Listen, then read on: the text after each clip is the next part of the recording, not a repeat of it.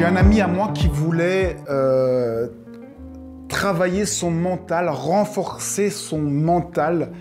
Et j'ai beaucoup discuté avec lui et je lui donnais des conseils pour travailler son mental, la méditation, la capacité à focaliser. Et puis un jour, il est venu vers moi et il m'a dit « David, au basket, il y a tous les joueurs qui se foutent de moi et qui disent que je joue mal alors que je joue super bien, que je suis un des meilleurs dans l'équipe. Même le coach se fout de moi. Qu'est-ce que je dois faire ?»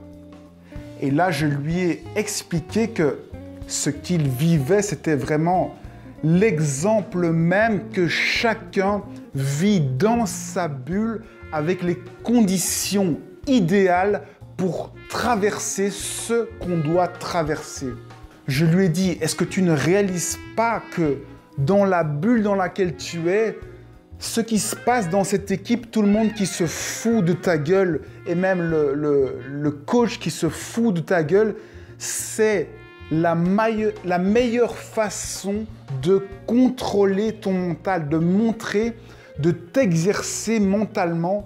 Tu sais que tu es fort, tu sais ce que tu vaux, alors ne te laisse pas piéger par tous ces rires extérieurs et reste concentré. Utilise ton mental, renforce ton mental.